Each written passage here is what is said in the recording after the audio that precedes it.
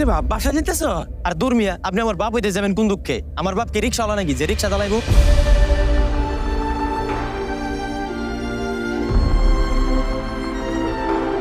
আসলে তার কোনো সন্তান নেই, তাই ছোটবেলা থেকেই আমাকে তার সন্তান হিসেবেই দেখতেন। নিজের সন্তান ছাড়া অন্য কারো সন্তান হিসেবে ভাবতেনও না।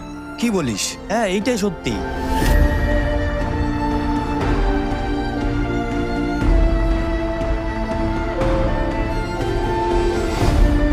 আরে বেচারা, তুই কালকে ওই লোকটার সাথে যে ব্যবহার করছস, এই ব্যবহার সত্যি যে কেউ কষ্ট পাবে।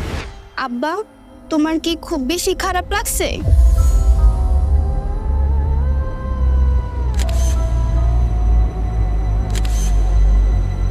আমার ফ্যামিলিতে আমরা 4 জন, মা বাবা, আমার ছোট একটা বোন আছে আর আমি। আর আমার বাবা একটা বেসরকারি প্রতিষ্ঠানে চাকরি করেন।